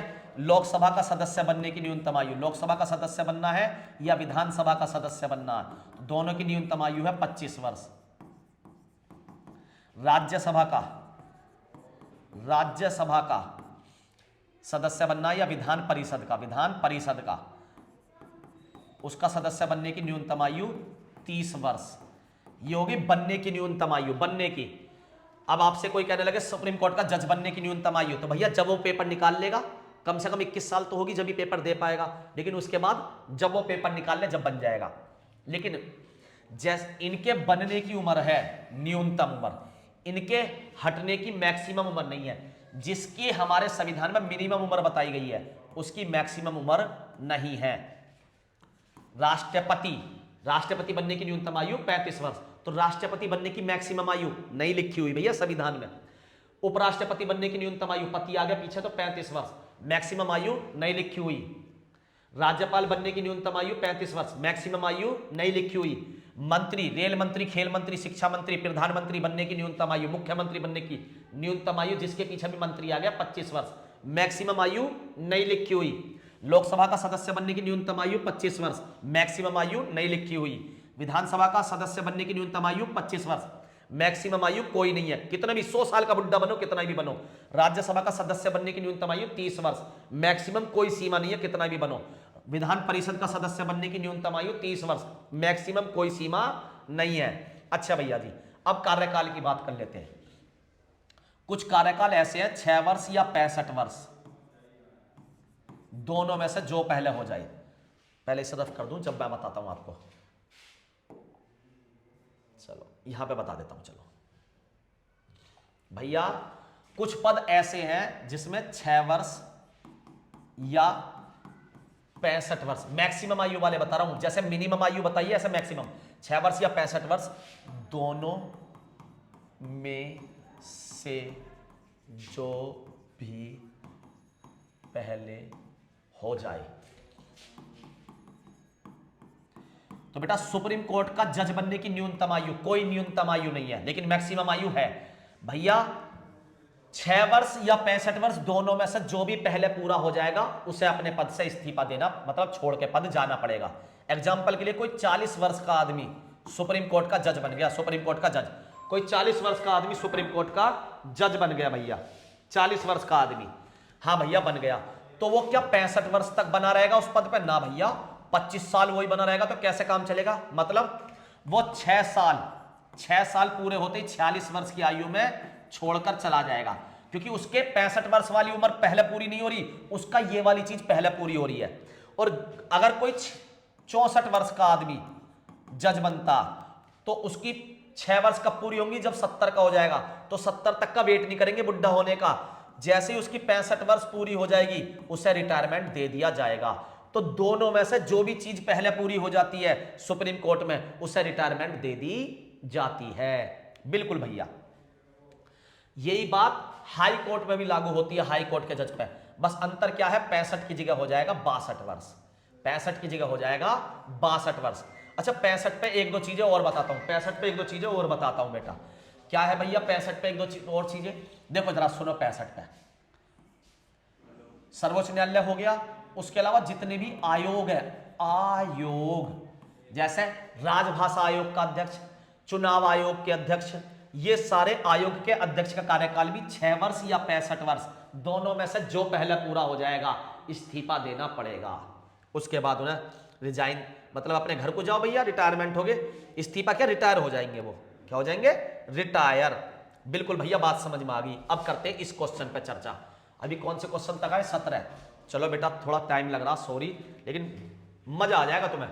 भारत का सर्वोच्च खेल पुरस्कार, देखो पहले लेता हूं भारत का सर्वोच्च पुरस्कार, खेल वेल छोड़ो, सर्वोच्च पुरस्कार। तो भारत का सर्वोच्च पुरस्कार है भारत रत्न, भारत रत्न, ठीक है भैया। दूसरे नंबर पे पद्म विभूषण, तीसरे पे पद्म भूषण, पद्म भूषण, चौथे पे पद्म श्री, पद्म श्री, पद्म श्री। ये है भारत के 4 सबसे बड़े पुरस्कार। बिल्कुल भैया। अगर दूसरा क्वेश्चन, वीरता में सबसे बड़े पुरस्कार, वीरता में, तो वीरता में 2 तरीके के पुरस्कार है। वीरता में कौन कौन से अभी बताता हूं। लो जी, वीरता, एक युद्ध के समय वाले, एक सामान्य स्थिति में। युद्ध के समय सेना को सबसे बड़ा है परमवीर चक्र, परमवीर चक्र। दूसरे नंबर पे है महावीर चक्र और तीसरे नंबर पे है वीर चक्र। ये युद्ध के समय दिए जाते हैं और सेना को दिए जाते हैं। आई बात समझ में? बिल्कुल आगे भैया। सामान्य स्थिति, सामान्य स्थिति कैसे है? जैसे हम सड़क पे जा रहे हैं, कोई बस पलट गई और वहां पे हम जान बचा रहे हैं, तो है तो ये भी वीरता ही। कोई गाड़ी, ट्रेन पलट गई, वहां पे हम जान बचा रहे हैं। किसी बिल्डिंग में आग लग गई, वहां पे हम जान बचा रहे हैं। कोई बस नहर में गिर गई, वहां पे कूद के हम जान बचा रहे हैं, तो वीरता तो वो भी है। बिल्कुल भैया। तो उस कंडीशन में अब हम क्या सैनिक हैं? नहीं। या सैनिक भी उस समय जान बचा रहा, उस समय किस समय? जब वो युद्ध में नहीं है, तो उसके लिए मिलेगा अशोक चक्र। कौन सा मिलता? अशोक चक्र। युद्ध के अलावा वीरता में सबसे बड़ा पुरस्कार है अशोक चक्र। तो भारत के सबसे बड़े पुरस्कार समझ में आ गई, ये चार है इसी क्रम में। पहले पे भारत रत्न, दूसरे पे पद्म विभूषण, तीसरे पे पद्म भूषण, चौथे पे पद्म श्री। ऐसे युद्ध के समय हो गया परमवीर चक्र, महावीर चक्र, वीर चक्र। सामान्य स्थिति में वीरता के लिए हो गया अशोक चक्र। ये आम नागरिक को भी दिया जा सकता है अशोक चक्र, अगर उसने कोई वीरता का काम किया है। अच्छा भैया जी, भैया बात तो खेल की चल रही है, खेल। तो जरा देखो बेटा, खेल का सबसे बड़ा पुरस्कार है राजीव गांधी खेल रत्न पुरस्कार, और इसका बदल दिया गया नाम। अब मोदी जी हैं तो राजीव गांधी से तो चिढ़ होनी स्वाभाविक है, तो राजीव गांधी की जगह कर दिया गया क्या? इंपॉर्टेंट इसलिए हो जाता क्योंकि वो यूपी से, झांसी से हैं, जिसका नाम पे किया गया। किसके नाम पे किया गया? मेजर ध्यानचंद, ध्यानचंद। ठीक है। अब मेजर ध्यानचंद पुरस्कार एक तो सिंपल है, ये बन गया मेजर ध्यानचंद खेल रत्न पुरस्कार। ये पूरा क्या बना? मेजर ध्यानचंद खेल रत्न पुरस्कार। अगर मैं कह दूं ध्यानचंद पुरस्कार, ध्यानचंद पुरस्कार, ये स्टार्ट हुआ था 2002 से, 2002 से, और ये हुआ था 1992 से। तो बेटा ये अलग पुरस्कार है, मेजर ध्यानचंद खेल रत्न पुरस्कार। इसके पीछे लिख रहा होगा खेल रत्न, इसके पीछे लिख रहा होगा केवल मेजर ध्यानचंद पुरस्कार। तो ये अलग पुरस्कार है और ये वाला पुरस्कार अलग है। तो सबसे बड़ा पुरस्कार है मेजर ध्यानचंद खेल रत्न पुरस्कार। पहले इसका नाम क्या था? राजीव गांधी खेल रत्न पुरस्कार। अब इसका नाम बदल के कर दिया गया मेजर ध्यानचंद खेल रत्न पुरस्कार। ठीक है भैया, याद हो गया। अर्जुन अवार्ड प्लेयरों को दिया जाता है, 1961 से स्टार्ट हुआ, 1961 से। किसको दिया जाता? खिलाड़ी को। किससे दिया जाता? खिलाड़ी को। ठीक है भैया। द्रोणाचार्य पुरस्कार दिया जाता गुरु को। कब से स्टार्ट हुआ? 1985 से, 1985। राजीव गांधी खेल रत्न पुरस्कार तब खत्म ही कर दिया गया, इसका नाम बदल कर दिया गया मेजर ध्यानचंद खेल रत्न पुरस्कार। बिल्कुल भैया जी। आगे चलते हैं। तो खेल का सबसे बड़ा पुरस्कार कौन सा हो गया भैया? सी ऑप्शन हो गया, सी। चेक कर सकते हो बेटा, बिल्कुल चेक कर लिया भैया। आप भी मेरे साथ सोचा करो क्या है भारत का केंद्रीय बैंक कौन सा है? आरबीआई। आरबीआई। आरबीआई की स्थापना कब हुई? 1 अप्रैल 1935। 1 अप्रैल 1935। इसका राष्ट्रीयकरण कब हुआ? 1 जनवरी 1949। 1 जनवरी 1949। अब हमसे क्या पूछा? केवल बैंक का नाम पूछा, तो RBI, reserve bank of India. अच्छा, आरबीआई का कार्यकाल कब होता भैया? और बैंक जितने भी साधारण बैंक है जैसे एसबीआई, इनका कार्यकाल होता भैया क्लोजिंग 31 मार्च को होती है, 31 मार्च को। तो 1 अप्रैल से स्टार्ट होता, 1 अप्रैल से स्टार्ट होता, 1 अप्रैल से 31 मार्च। मार्च के बाद अप्रैल में इसमें काम चलता, इसका होता 1 जून से, ठीक है, 31 जुलाई।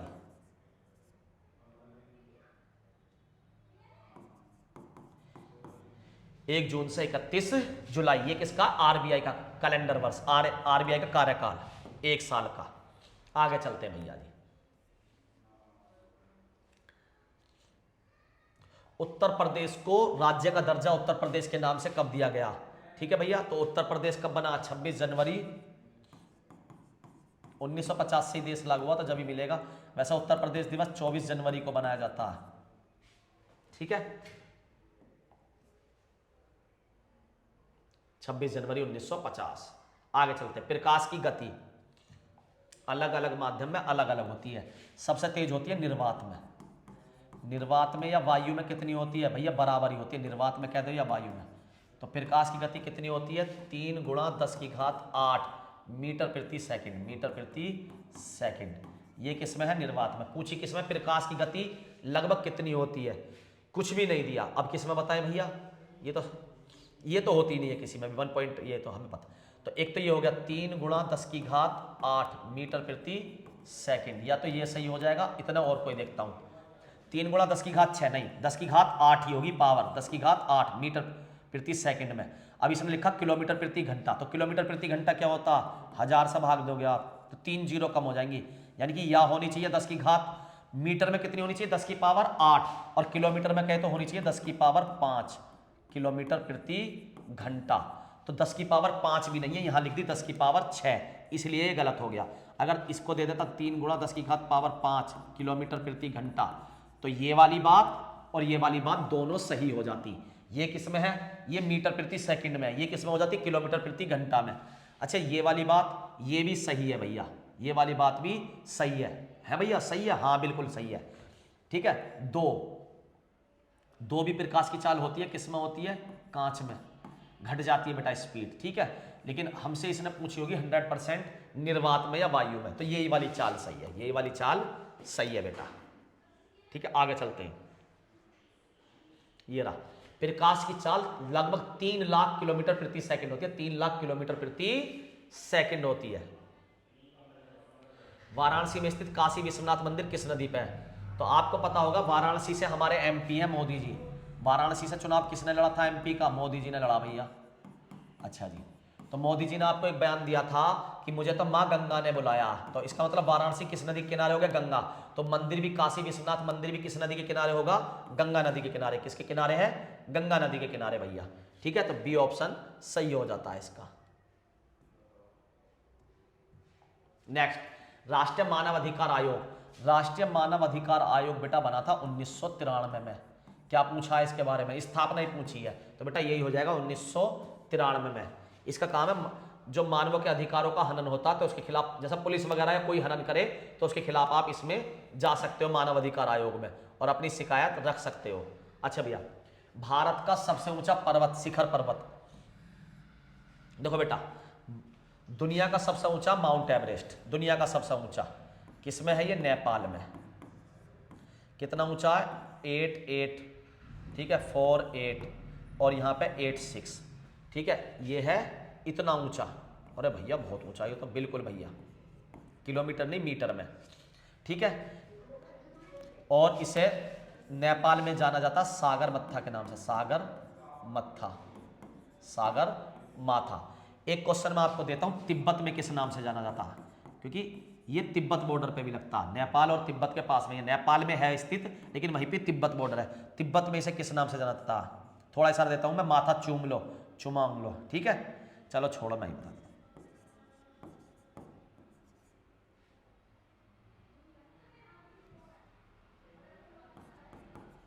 ठीक है, तो आप इसे तिब्बत में सर्च मारेंगे।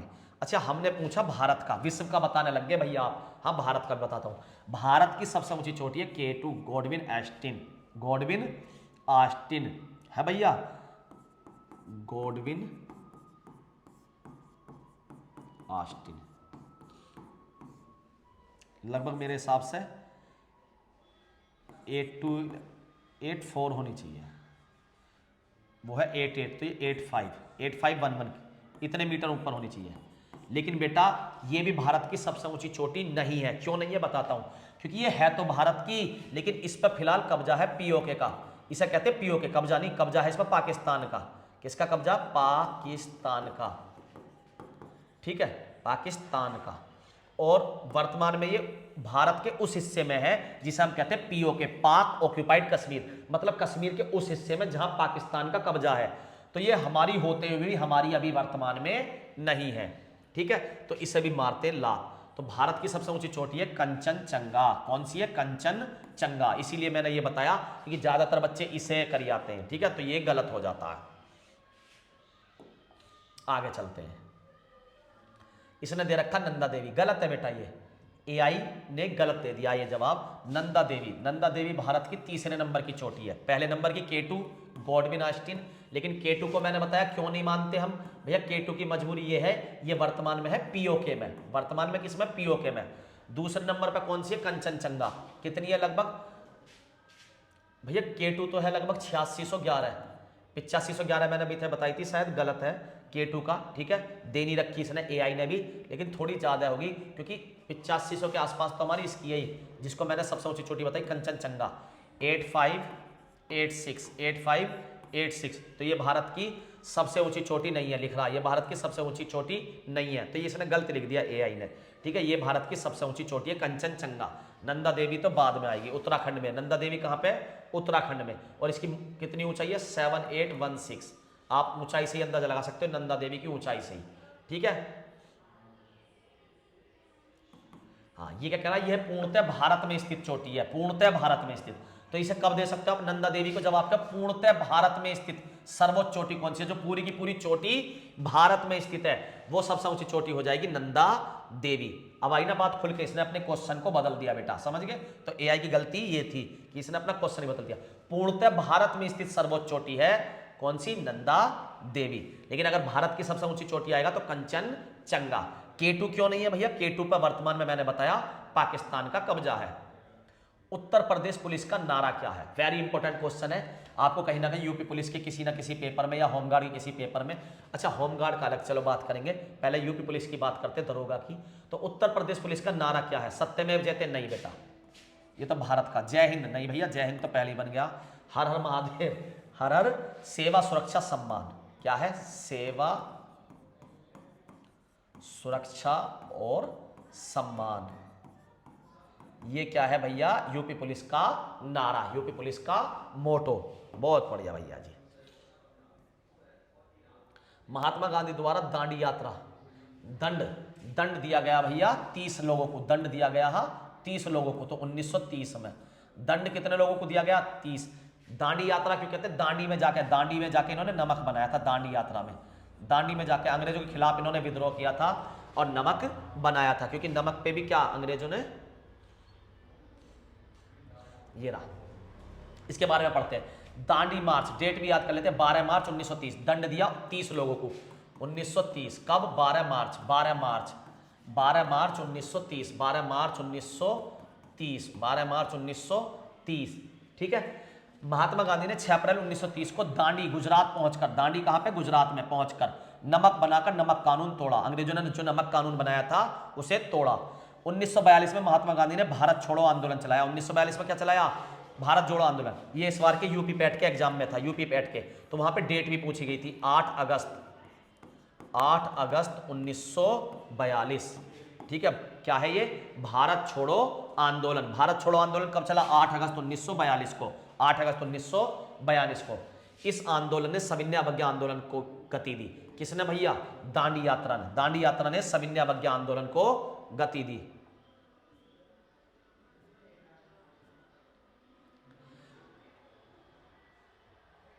बौद्ध धर्म के अनुसार गौतम बुद्ध ने अपना प्रथम उपदेश कहां दिया, पहला उपदेश दिया था भैया सारनाथ में। कहां दिया था, सारनाथ में। और इसे क्या कहा गया था, धर्म चक्र परिवर्तन, धर्म चक्र परिवर्तन, इसे क्या कहा गया था, धर्म चक्र परिवर्तन, धर्म चक्र परिवर्तन, बिल्कुल भैया। आगे चलते हैं, देखते हैं इसके बारे में और क्या लिखा हुआ है। गौतम बुद्ध ने अपना प्रथम उपदेश वाराणसी के निकट सारनाथ में दिया। तो सारनाथ कहाँ है, वाराणसी के निकट है। इसे धर्मचक्र परिवर्तन का नाम दिया गया, धर्मचक्र परिवर्तन का। अच्छा, महात्मा गांधी की जब महात्मा गांधी क्या गया, सॉरी महात्मा बुद्ध की जहां मृत्यु हुई थी उसे कहा गया महापरिनिर्वाण, महापरिनिर्वाण। महात्मा गांधी की महात्मा बुद्ध की जो मृत्यु हुई उस घटना को कहा गया महापरिनिर्वाण। जो इन्होंने पहला उपदेश दिया उसे क्या कहा गया, धर्मचक्र परिवर्तन, धर्मचक्र परिवर्तन। और इनकी जहां कुशीनगर में हुई थी, इनकी मृत्यु कहां हुई थी, कुशीनगर में। तो कुशीनगर में जो है महात्मा बुद्ध को महापरिनिर्वाण की प्राप्ति हुई। सीधा सीधा पूछ लेता, महात्मा बुद्ध को महापरिनिर्वाण की प्राप्ति कहां हुई, कुशीनगर में। और पहला उपदेश कहां दिया, सारनाथ में, जिसे क्या नाम दिया गया, चक्र।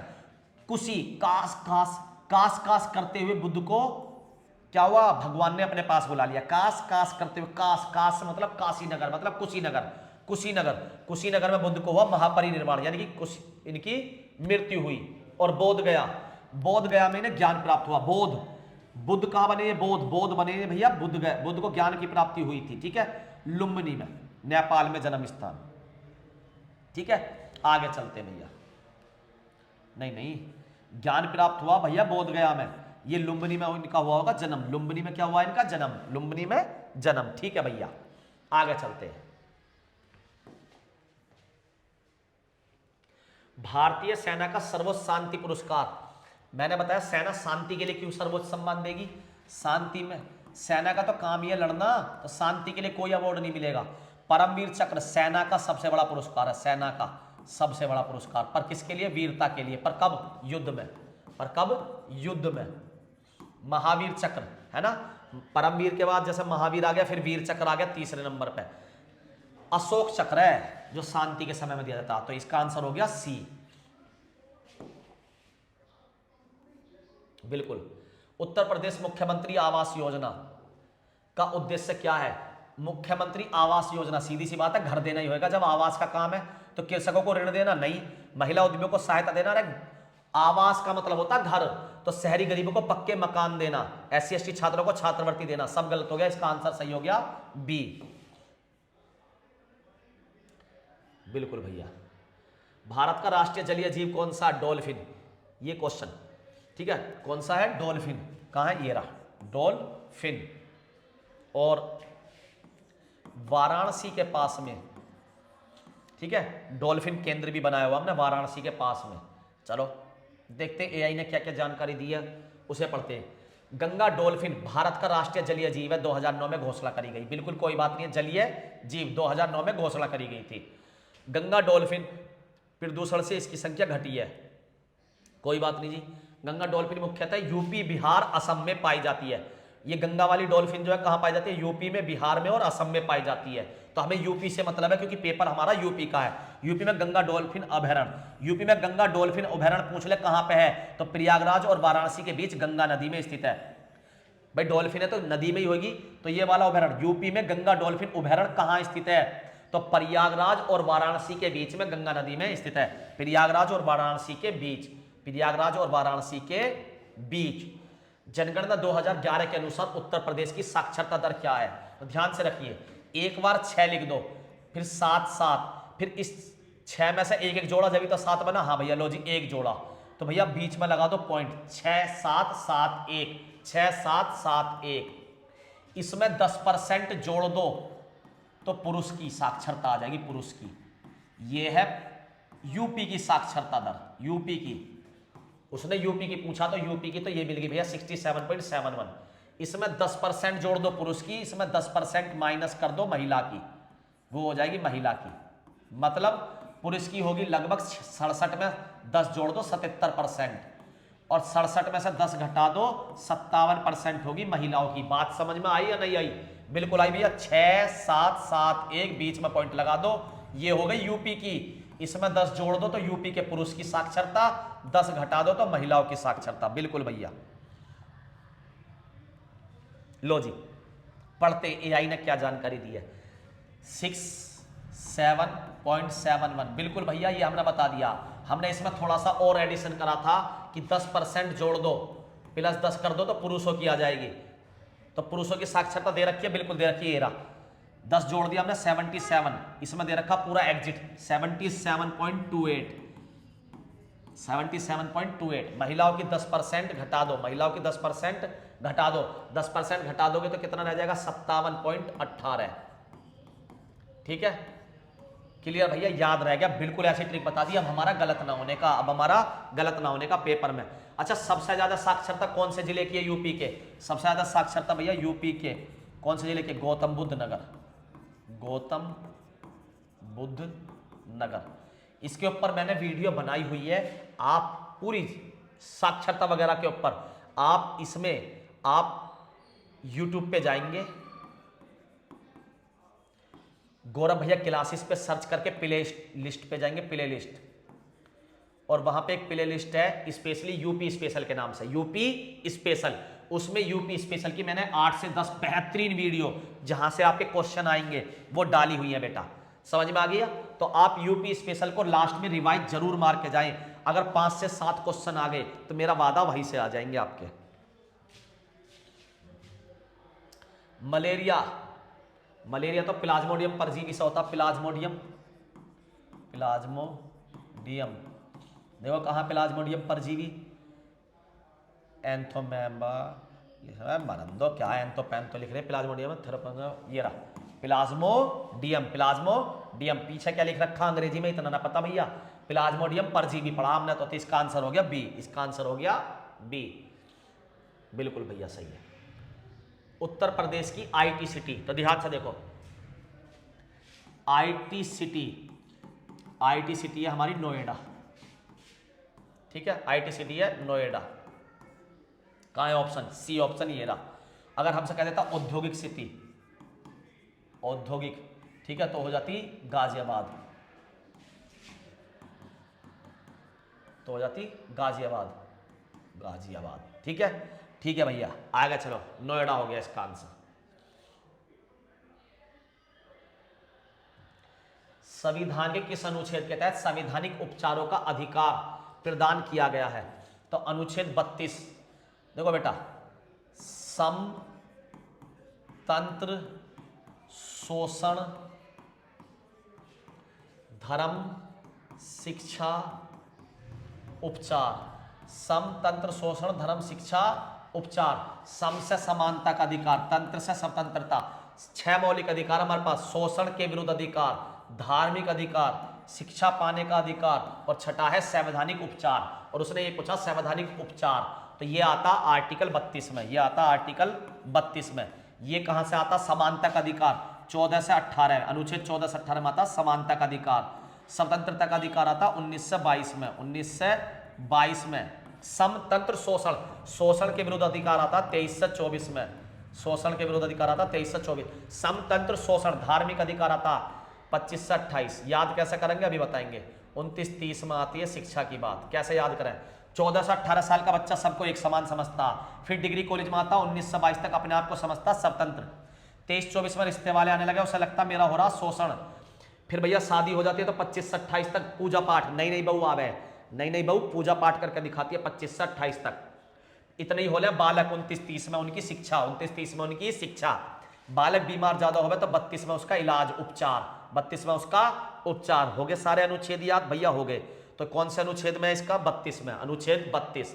अच्छा भैया एक बात और समझ लो, अनुच्छेद 32, 226, अनुच्छेद 139, 3 अनुच्छेद के बारे में जरूर पढ़ लो, आने के चांस है। अनुच्छेद 32 कहता है सुप्रीम कोर्ट का, सुप्रीम कोर्ट का मौलिक अधिकारों के लिए, मौलिक अधिकारों के लिए, मौलिक अधिकारों के लिए रिट जारी करना, मौलिक अधिकारों के लिए रिट जारी करना, रिट जारी करना, रिट जारी करना, ठीक है। तो सुप्रीम कोर्ट अधिकार दिलाने की बात करता अनुच्छेद 32 में, अनुच्छेद 32 में। हाई कोर्ट अनुच्छेद 226 में करता यही काम, हाई कोर्ट करता 226 में, मौलिक अधिकारों के लिए भी रिट जारी करेगा और अन्य मामलों की भी। लेकिन सुप्रीम कोर्ट अन्य मामलों के लिए रिट जारी करेगा 139 में। सुप्रीम कोर्ट मौलिक अधिकारों को छोड़कर अन्य मामलों में, अन्य मामलों में जो रिट जारी करेगा वो करेगा 139 में। हाई कोर्ट दोनों मामलों की रिट जारी कर देगा, दोनों मामलों की रिट 226 में। तो ये 3 आर्टिकल रिट से संबंधित है। अनुच्छेद 32 मौलिक अधिकारों के लिए सुप्रीम कोर्ट का रिट जारी करना। अनुच्छेद 139 मौलिक अधिकारों को छोड़कर, मौलिक अधिकारों को छोड़कर अन्य मामलों में सुप्रीम कोर्ट का रिट जारी करना।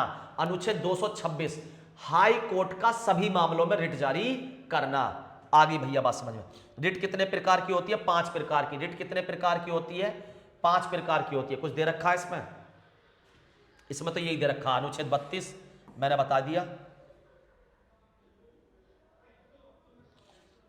मैं आपको रिट मिल जाती। अच्छा 5 प्रकार की रिट दे रखी है, चलो मैं आपको बताता हूं। रिट कितने प्रकार की होती है? 5 प्रकार की। कितने प्रकार की? 5 प्रकार की। कौन कौन सी? ठीक है भैया। पहला जैसा बंदी प्रत्यक्षीकरण, बंदी प्रत्यक्षीकरण किसी आदमी को अगर कोई बंदी बना लेता है तो कोर्ट का आदेश है कि उसे सशरीर मेरे सामने पेश करा जाए, उसे कहते हैं बंदी प्रत्यक्षीकरण।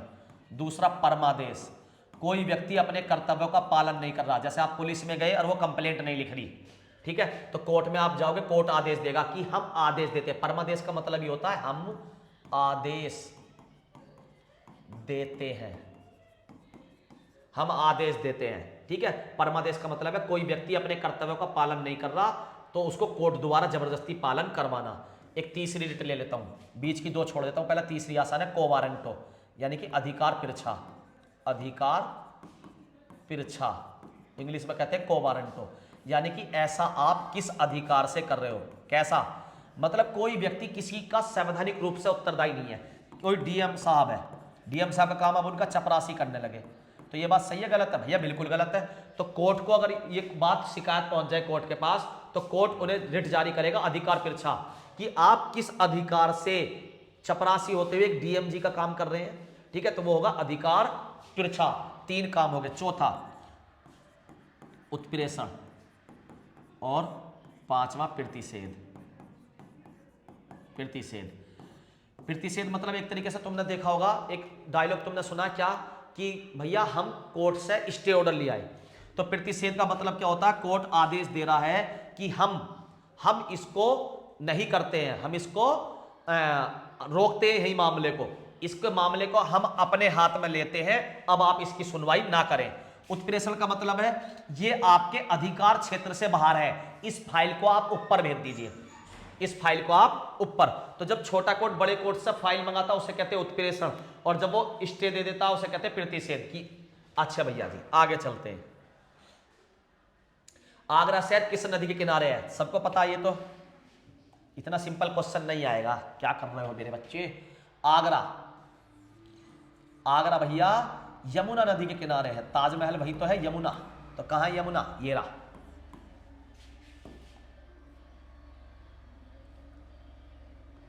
भारत में पंचवर्षीय योजना की जगह किस नीति दस्तावेज ने ली? देखो बेटा, योजना आयोग, योजना आयोग, योजना आयोग की जगह बना दिया गया नीति आयोग, योजना आयोग की जगह बनाया गया नीति आयोग। क्या बनाया गया? नीति आयोग। भारत में पंचवर्षीय योजना की जगह किस नीति दस्तावेज ने ली? उसने ये पूछा ही नहीं है कि योजना आयोग की जगह कौन सा आयोग चल गया, योजना आयोग की जगह नया आयोग चलाया गया नीति आयोग, उसने ये पूछा ही नहीं है। वैसे पंचवर्षीय योजना बहुत चर्चा में चल रही है, पंचवर्षीय योजना, इस टॉपिक को जरूर पढ़ के जाए, मेरी ये आपसे सलाह है। एक पंचवर्षीय योजना, एक 1991 की नई आर्थिक सुधार नीति, ये दोनों टॉपिक पढ़ के जाएं, ये मेरी आपको व्यक्तिगत सलाह है। भारत में पंचवर्षीय योजना, पंचवर्षीय योजना का तो कोई लेना देना ना, योजना आयोग का नाम बदलकर कर दिया गया नीति आयोग। पंचवर्षीय योजना क्या था? योजना आयोग 5 साल का प्लान बनाता था, 5 ईयर प्लान, उसी को कहा गया है पंचवर्षीय योजना, 5 साल की योजना। और अब नीति आयोग ने इसे खत्म करके चला दिया गया है 15 वर्ष का। क्या चला दिया गया है? 15 वर्ष का प्लान। तो भैया क्या कहोगे? 15 वर्षीय दृष्टि पत्र। क्यों? हर 5 साल में जवाब देना पड़ेगा मोदी जी को, इससे बढ़िया क्या 15 साल का प्लान चलाओ, इतना 15 साल होंगे, इतना शायद मैं राम नाम सत्य हो जाए। भाई बुढ़े तो हो ही रहे 80-85 साल के, तो 15 साल बहुत लंबा पीरियड होता, तो ये बढ़िया तरीका। तो इन्होंने क्या करा, पंचवर्षीय योजना की जगह अब क्या चला दिया? 15 वर्षीय दृष्टि पत्र, 15 वर्षीय दृष्टि पत्र। उत्तर प्रदेश में रिहंद बांध, रिहंद बांध भैया, रिहंद बांध रिहंद नदी पर ही है, रिहंद बांध रिहंद नदी पर, रिहंद बांध रिहंद नदी पर ही है, और शायद मेरे हिसाब से जिला है इसका सोनभद्र। ठीक है, अभी चेक कर लेंगे, अगर एआई ने जवाब दिया होगा तो देख लेंगे वहां पर। सोनभद्र जिला ही है। सोना एकमात्र जिला यूपी का जिसमें सोना पाया जाता है, और खान वगैरह भी यहीं पे ही है, तो जो खनन इस्पात वगैरह वो भी यहीं पे मिलता सोनभद्र में ही।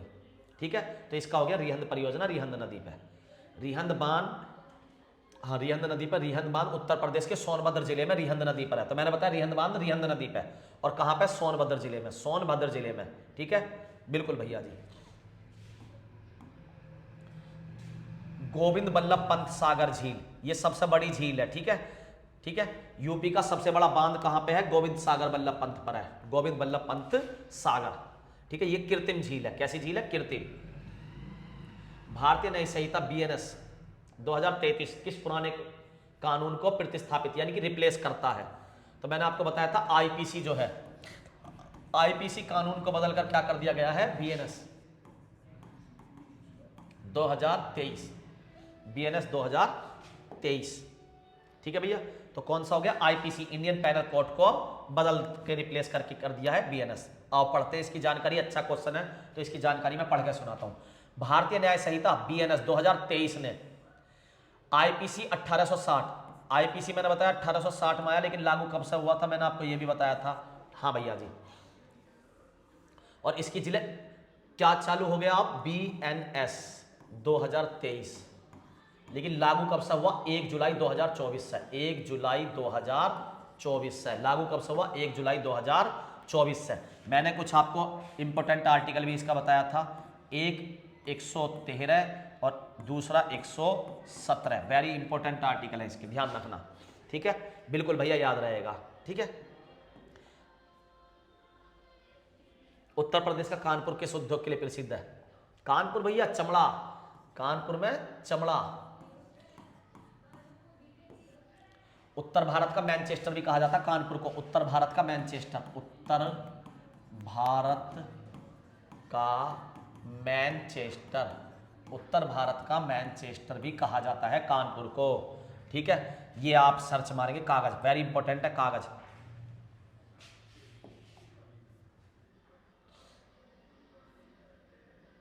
भारत की पहली बैलिस्टिक मिसाइल, बैलिस्टिक मिसाइल, अच्छा जी। क्वेश्चन नंबर 39, एक क्वेश्चन और रह जाएगा।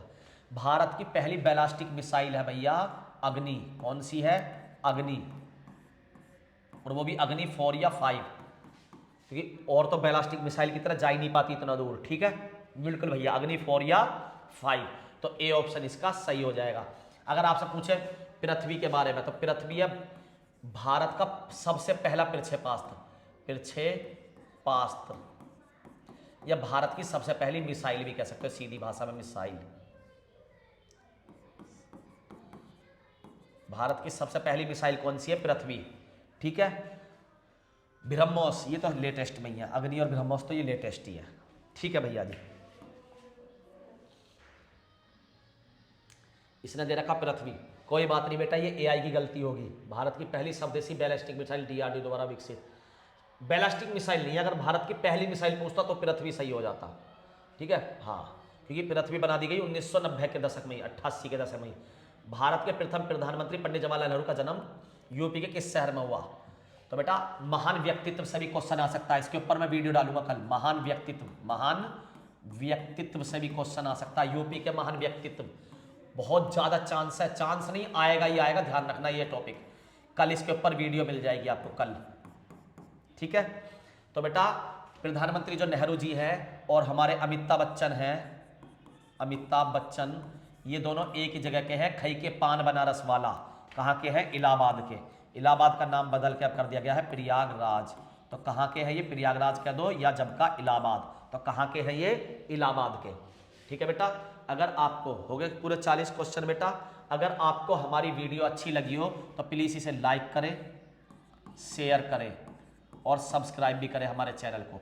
ऐसी बहुत सारी वीडियोस मैं आपको दूंगा जो UPSI में आपके बहुत काम आ सकती है। प्लस जो सबसे इंपॉर्टेंट वीडियो हमारी होंगी वो हिंदी और रीजनिंग की, क्योंकि हिंदी और रीजनिंग में मेरे को पूरी उम्मीद है कि जो मैं वीडियो बनाऊंगा वहां से आपको क्वेश्चंस सीधे पेपर में मिले। ठीक है बेटा, तो हमारा सपोर्ट करिए, इस चैनल को प्लीज़ लाइक करें, सब्सक्राइब करें, शेयर करना ना भूलें। धन्यवाद मेरे प्यारे बच्चों।